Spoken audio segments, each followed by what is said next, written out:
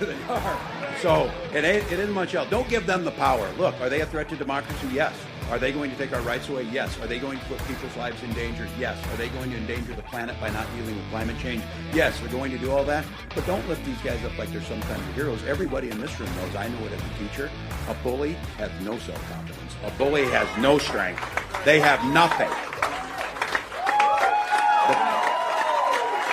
The fascists depend on fear. The fascists depend on us going back. But we're not afraid of weird people. We're a little bit creeped out, but we're not afraid. There he is. That's the nominee. Kamala Harris has selected, or been told that she has selected, Minnesota Governor Tim Walz to be her running mate. Welcome to the race, Governor. It is Tuesday, August 7th, and it is the Chris Plant Show one more day under the guidance of me, Mike Opelka, sitting in for my buddy Chris Plant. He returns tomorrow, and he'll have to clean up the mess that has been left behind by the last couple of weeks of insanity in our country. But today we got the news. It just broke a little bit before the top of the hour here that Kamala Harris has selected her vice presidential running mate, and I would put money on the fact that she was basically told this was the choice. Because let's face it, the party is in charge with a capital P. So here we are. Now we know the players. It is Kamala Harris and Governor Walz, who will be the Democratic ticket. And who is this guy? Who is Tim Walz? He is, like Kamala, 60 years old. She turns 60 in a few weeks. 60 years old, governor of Minnesota, a pretty much a socialist, if you go back and look at his record. He is a guy that should have a good contrast between him and J.D. Vance when it comes to records, when it comes to philosophy, when it comes to making a choice over which person should be the next vice president of the United States. So Walz it is. It's not Shapiro. It's not Kelly. It's not anybody else. It's Walz, and you're going to see that tonight during an address in Philadelphia. Kamala Harris will be speechifying and will be there with Walz. And what we're going to see is a lot of reports on the weather because the Northeast region is getting ready to get hammered by some of the rains of Debbie. The outlying bands of Debbie are set to slam Philadelphia today. And I know J.D. Vance is speaking in Philadelphia ahead of Kamala Harris's event. So Donald Trump's vice presidential nominee, J.D. Vance, will be there, and he will be showing the contrast between the two, and I think he'll be ready. I can't wait for the VP debate. We're also still waiting on confirmation of the presidential debate. But there is other stuff happening today. There is a lot of stuff happening today. This will take precedent over, I don't know, the concerns about the financial meltdown that we've been experiencing. Will there be a rebound today? Are we going to see another wacky day on Wall Street? Likely we'll see a little bit of a recovery, as it looks like Japan recovered about half of what it lost in the last 2 days. And so that's likely we'll see some stabilizing. Some of the panic will slow down. Will we see war in the Middle East? It looks like things are still simmering. They're not boiling, they are simmering. It looks like we are still seeing threats from Iran. Iran is saying we are going to exact revenge. We have 5 American service personnel who were injured by a rocket attack. And those the people reportedly responsible for those rockets were inspired by, funded by, encouraged by the Iranians, rebel groups. So we don't necessarily have a calm day ahead of us, do we? No. We'll keep you updated on everything. I don't believe the phones are working today. Not yet. We're attempting to get the phones working again. I had a little bit of a trouble today, so you could call 888-630-9625, but I don't think you're going to get through just yet. You can still reach out via social media. Always a good place to send messages as well. But as of 8:44 today, the selection was made and announced. Kamala Harris and Governor Walz will be the ticket for the Dems. And so who is this guy? And why him? That's the big question. Why? Well, it could be because Minnesota was suddenly trending towards Trump. You know, in early June, we started seeing the reports that the state of Minnesota, which has been reliably Democrat in terms of presidential elections for quite some time, was suddenly a toss-up. And this guy might give Minnesota voters the inspiration to go to the ballot box and vote for him. But I don't know if that's actually going to change anybody's vote. I don't know if VPs change anybody's vote. But this guy is a staunch defender of things like sanctuary cities and sanctuary states, just like Kamala Harris. He's the guy who reportedly ordered the 3rd precinct in Minneapolis to be abandoned. Remember during the Summer of Love riots, the George Floyd Summer of Love riots, when the 3rd police precinct came under fire? He's reportedly the guy who told the chief of police to get out of there, just let him have the building. So you kind of have an insight into him. Now, he's going to tell you he's a staunch defender of the Second Amendment. There are questions about that. He's a guy who's going to tell you he's a good shot. He's a guy who did serve our country in the military. And we'll see where he stands on our military and where he stands on the Second Amendment. And I'm sure between Walz and Vance, we will see an interesting back and forth as it relates to the military and the Second Amendment. But this guy is a progressive, a dyed-in-the-wool progressive. There ain't no two ways about it. Pretty simple. Here he was not long ago being asked about defending the sanctuary city concept and sanctuary states concept. Should Minnesota be a sanctuary state? If the definition of that is that the federal government enforces immigration law and local law enforcement enforces local law, then yes. Should cities be allowed to be sanctuary cities? Yes, local control. Well, now, I believe in local control, too. But when you start permitting lawbreakers to take up residence in your state, now you've approached a different kind of thinking for me.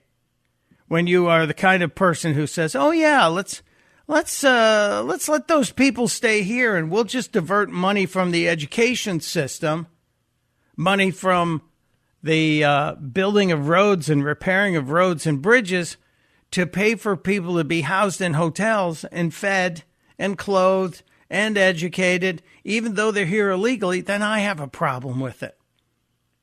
Governor Walz is not anything other than a big progressive.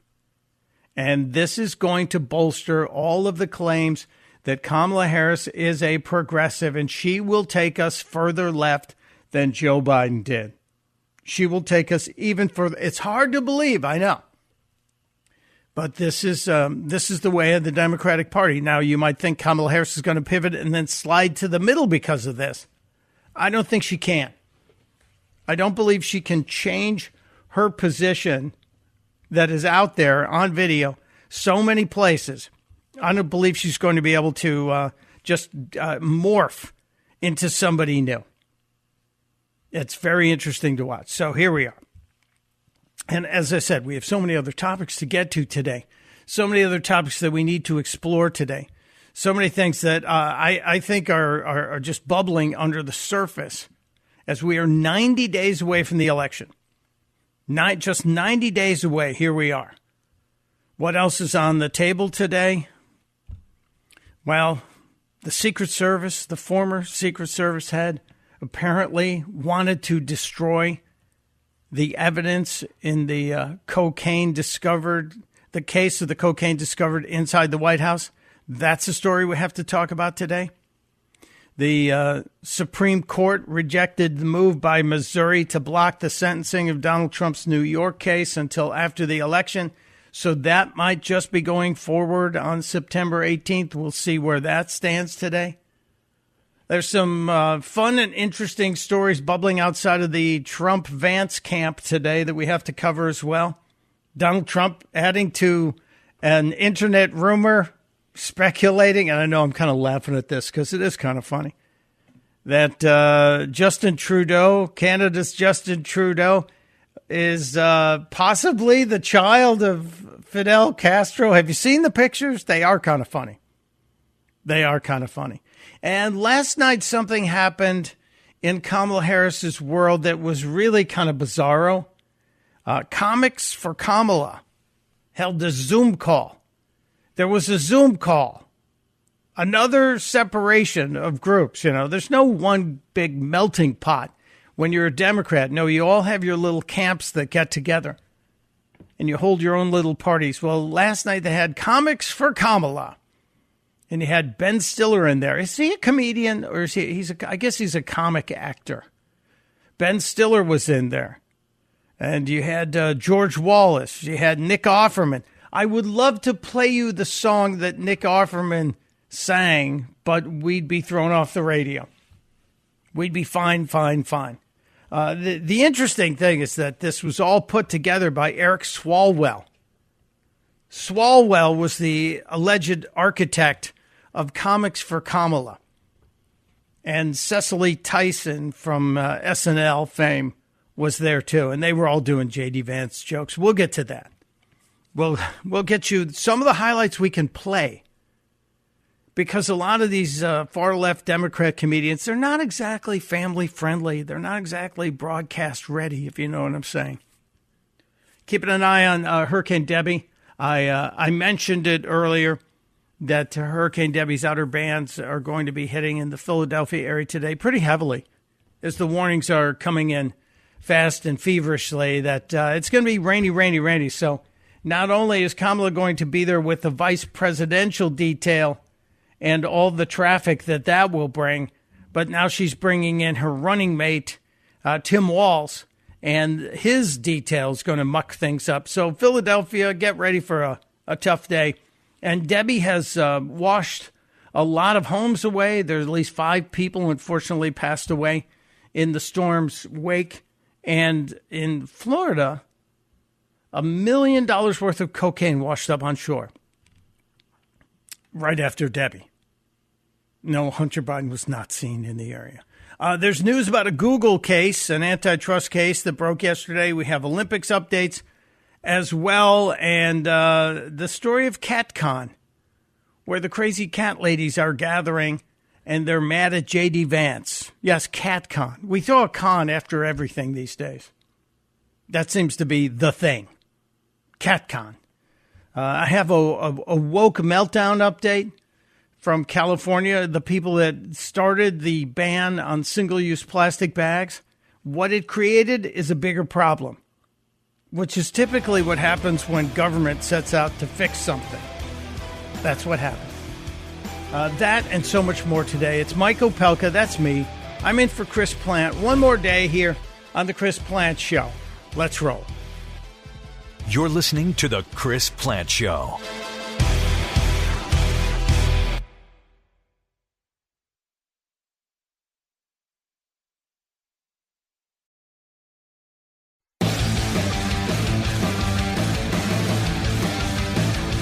It is the Chris Plant Show on this Tuesday. Mike Opelka in for Chris. One more day. He returns tomorrow.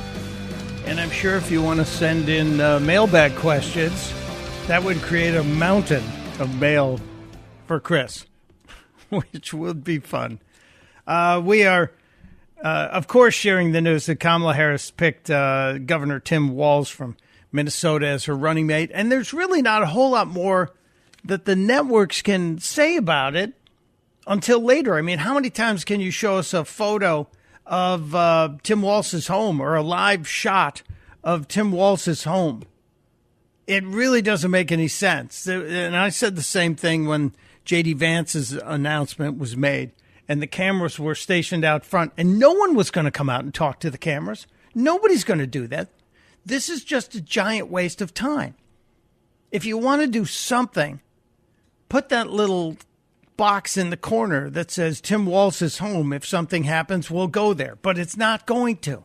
He's going to be locked down until he arrives in Philadelphia later today. And then he and Kamala take the stage as the team. And then they're off on a 7-city tour. And then they have the convention. And there won't be any interviews with Kamala or with Walz, because if Walz goes out in front of the media now, before he's officially introduced by her or with her, then he's going to get asked questions like, when is Kamala going to do a live press conference? So you're not going to see that happen. As much fun as it would be, I think this is actually a good result for the Trump team. I believe that a Walz vice president candidacy is a great contrast against J.D. Vance and also helps the Trump-Vance team. Harris Walz, which sounds like a really rich guy. Yes, I'm playing golf today with Harris Walz. You know him. He's from the Connecticut Walzes. They live next door to the Underbite family. Yeah, it sounds like that to me, but that's my twisted take on things. But I think this is really a good pick for Trump, because he can highlight the difference between progressivism, socialism, and his campaign. And Tim Walz likes to say that, well, socialism is just neighborliness, right? Didn't he say that? I think so. But we can get out there, reach out, make the case. And for one thing, don't ever shy away from our progressive values. One person's socialism is another person's neighborliness. Yeah, we can get out there. Yes, Tim, calm down, sir. They're just going to tell you that it's going to be called socialism, but it's just neighborliness. Making sure everybody gets the same no matter what they do. That's neighborliness. So come to the village hall for your weekly allotment and you'll get what you're supposed to get. It's neighborliness. Yeah, this is a good pick. This is a good pick. As I said, there's so many other stories that we have to keep our eyes on. One of those is the markets today. Will there be a recovery on Wall Street?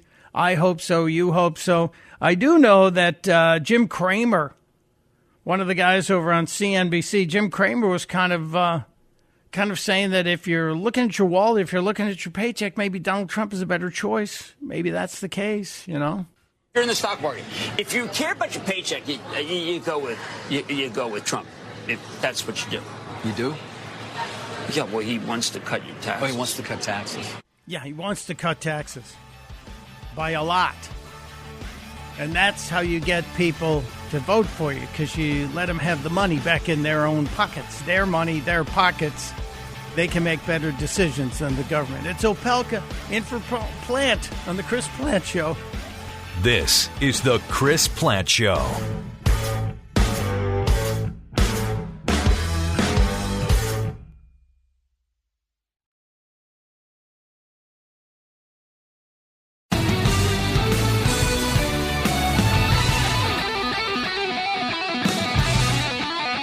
It is the Chris Plant Show. Mike Opelka is sitting in one more day today for my buddy Chris Plant. He returns mañana. And I am sure he's already loaded for tomorrow's show. And I mean that in an informational way, not in an intoxicational way. Can you say intoxicational? Welcome to this Tuesday, this big news day. If you're a Democrat, if you're a political junkie, Kamala Harris has made it official. She has picked Governor Tim Walz to be her running mate. We were told she didn't pick him till today, that she just couldn't decide last night.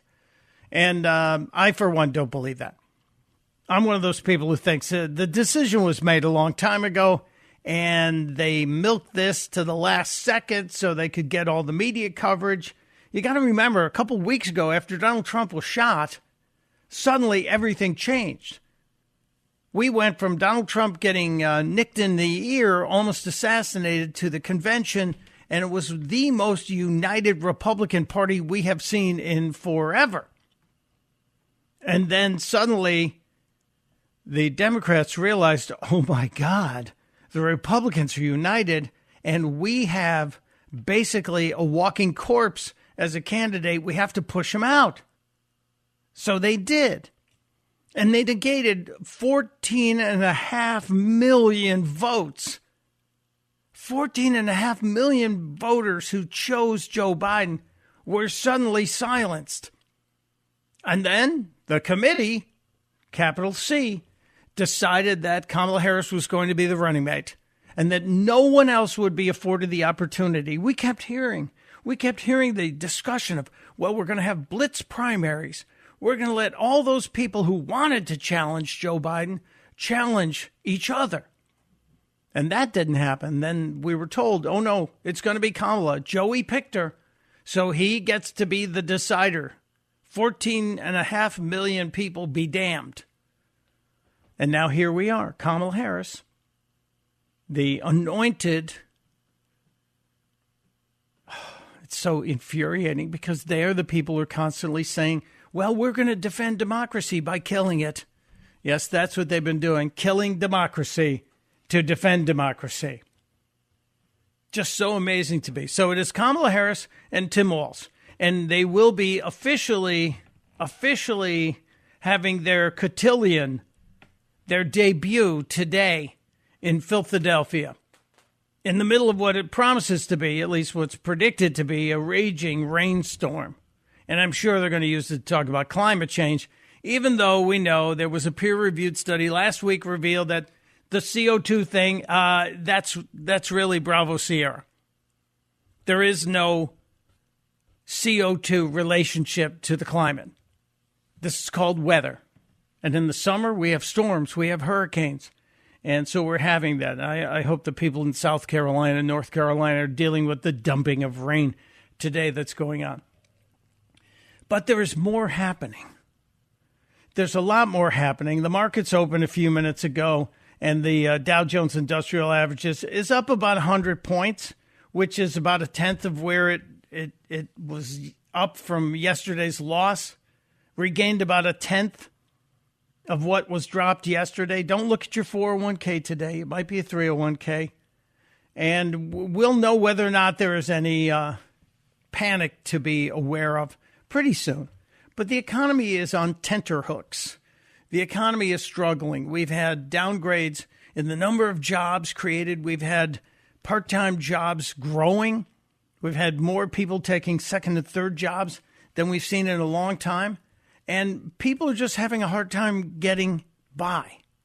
And as school begins, as we're about to have the school year start, there are a couple of ticking time bombs out there. One of them deals with the number of children that are going to flood the school system this year that weren't there last year. Reportedly, somewhere between 80 and 100,000 kids that we don't know about are going to show up at public schools and say, hey, we're here. Our parents got us here.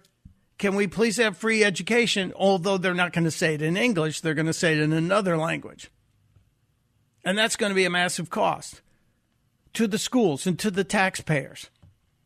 Yesterday, the mayor of Philadelphia, Sherelle Parker, told everybody that we're not raising your real estate taxes, but, you know, the value of your home has gone up because the value of real estate has gone up, so you're going to be paying a higher amount on your real estate taxes because your home is worth more. Never mind that you're not getting that money. Never mind that you're not able to convert. See, this is the way the Democrats look at unrealized gains, and they want to tax it. And that's kind of what's going to happen in Philadelphia. They're all going to get an inflated tax bill because the real estate market's going up.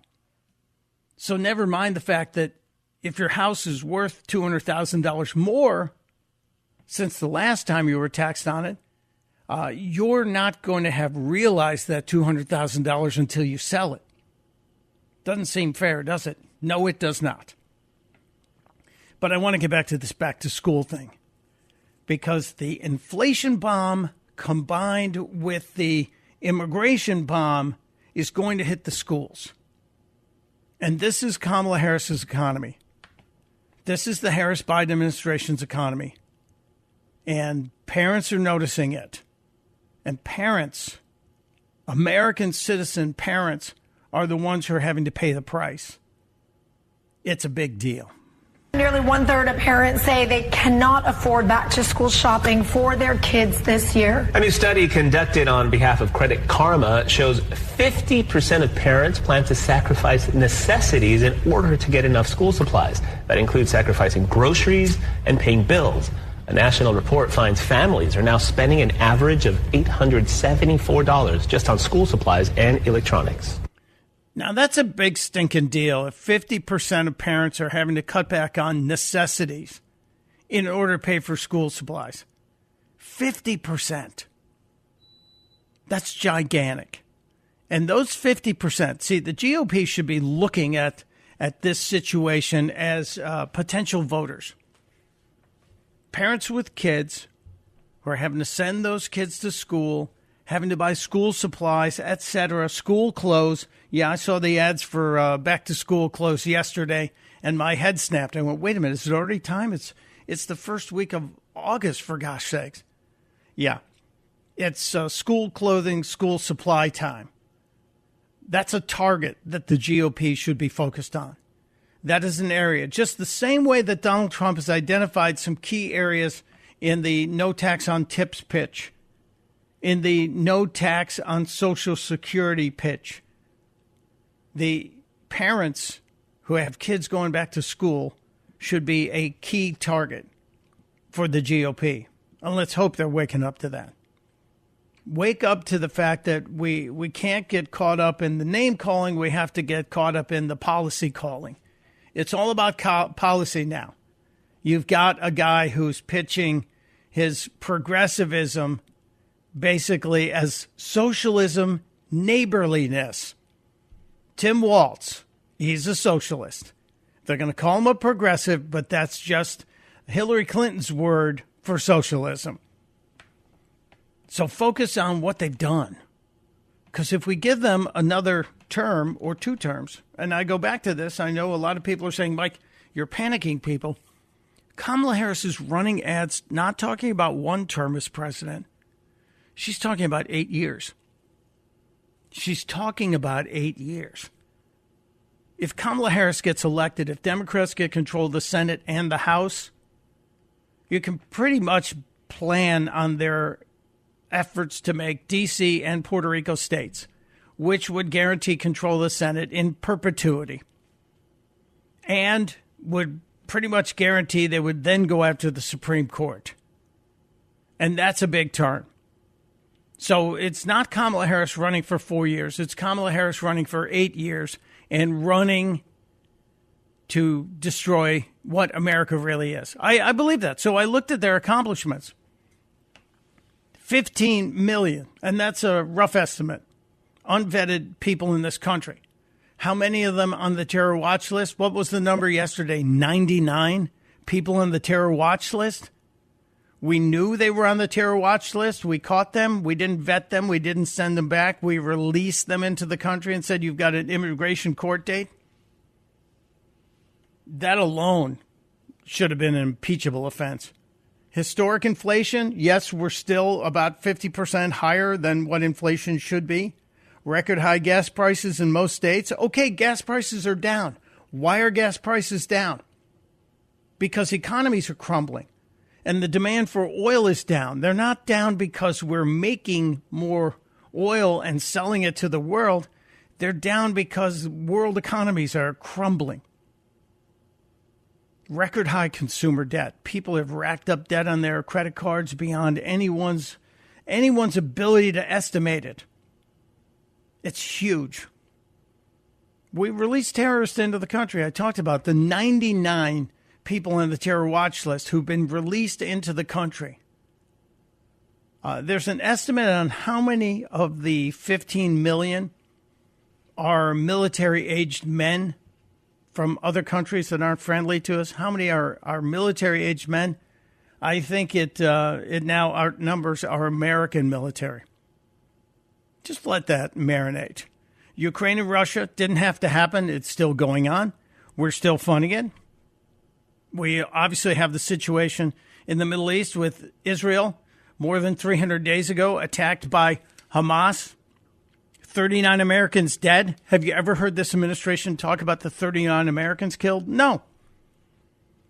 the 13 Americans we lost in the disastrous withdrawal from Afghanistan. By the way, we gave up another base yesterday. We surrendered another military base in Niger yesterday. We walked away from it.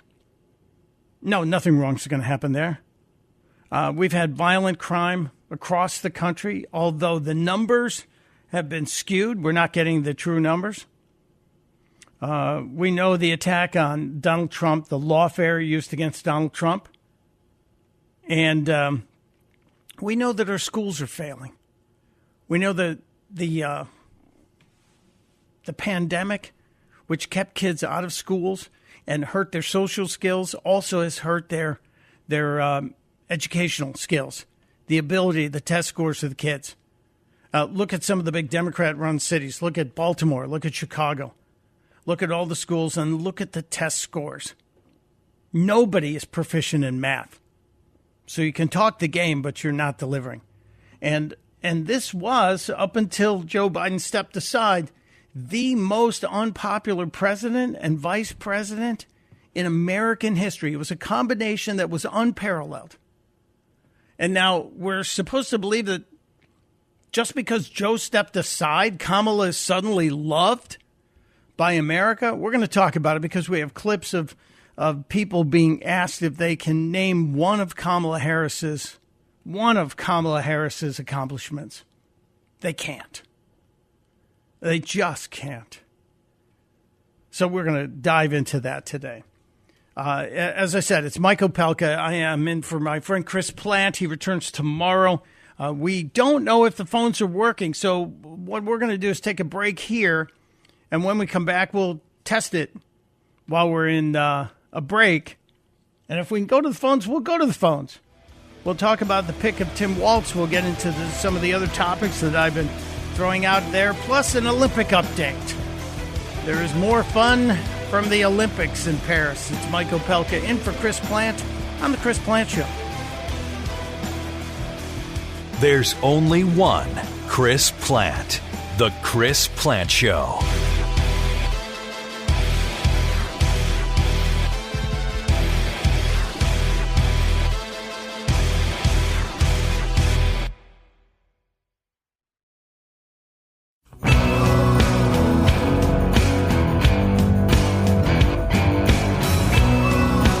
It is the Chris Plant Show. Thanks for being here. It's Mike Opelka. That's me. I've been sitting in for Chris.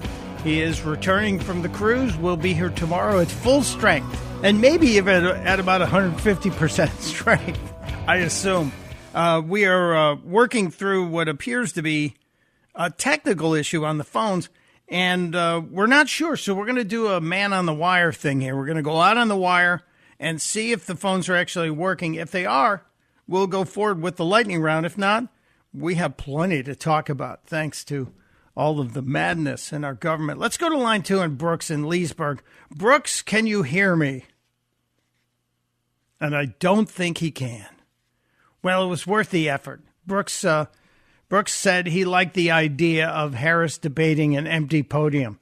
Now, that's a funny concept. That's actually an interesting concept because Kamala Harris has said, well, you know, Donald Trump committed to a debate.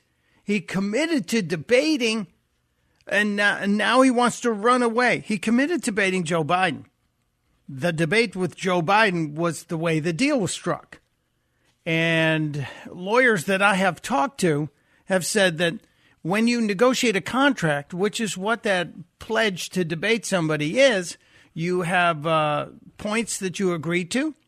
The parties involved are named. And in this case, it was Joe Biden and Donald Trump.